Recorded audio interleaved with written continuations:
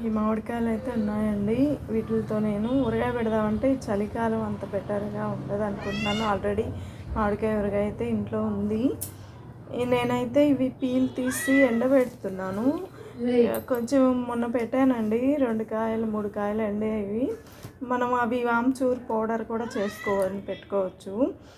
ఇందులో అయినా పిల్లలు స్నాక్స్లో వేసుకొని తినొచ్చండి. అలా ప్యాకెట్స్ కూడా బయట అమ్ముతారు కదా, అలాంటివి కూడా తయారు చేసుకోవచ్చు.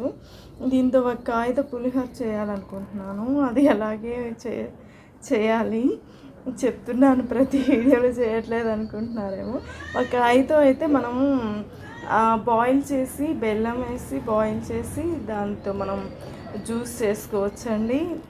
పుల్లటి మామిడికాయ, పచ్చి మామిడికాయలతోనే బెల్లం వేసి బాయిల్ చేయాలి. వాటర్ ఒక చెంబు నీళ్ళు వేసి ఆ కాయ మగ్గిపోయిన తర్వాత దాంట్లో పీల్ తీసేసి బాగా మ్యాష్ చేసేసుకొని దాని తర్వాత మనం దాన్ని జ్యూస్లా చేసుకోవచ్చు. బెల్లంతో బాయిల్ చేయాలి.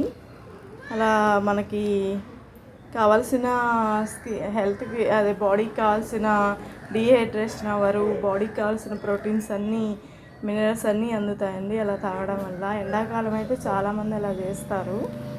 Okay, thank you. మామిడికాయలు పీల్ తీసానండి, ఇంకా సన్నగా తరిగి ఎండబెడతాను.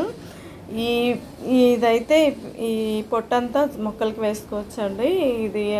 ఇదైతే మెత్తగా ఉందండి, కొంచెం జ్యూస్ చేసి చూపెడతాను.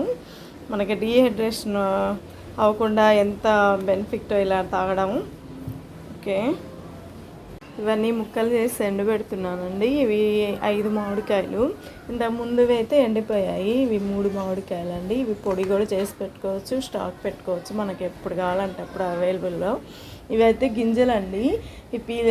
అంటే ఇవి ముక్కలు చేసినవి, మిగిలిన గింజలు చాలా పులుపు ఉన్నాయి. కొంచెం బెల్లము వాటర్ వేసి బాగా మరిగించి దాని తర్వాత చల్లారిన తర్వాత జీరా పౌడర్ వేసుకొని తాగితే మనకి డీహైడ్రేషన్ అవ్వకుండా బాడీకి కావాల్సిన మినరల్స్ అన్నీ ఉంటాయండి. చాలా బెటర్, ఇలా తాగొచ్చు. ఎండాకాలం అయితే ప్రతి ఒక్కరు తాగొచ్చు, ఇప్పుడు కూడా తాగొచ్చు అండి. ఓకే, థ్యాంక్ యూ అండి. ఇప్పుడు ఎండకి పెట్టేస్తున్నాను.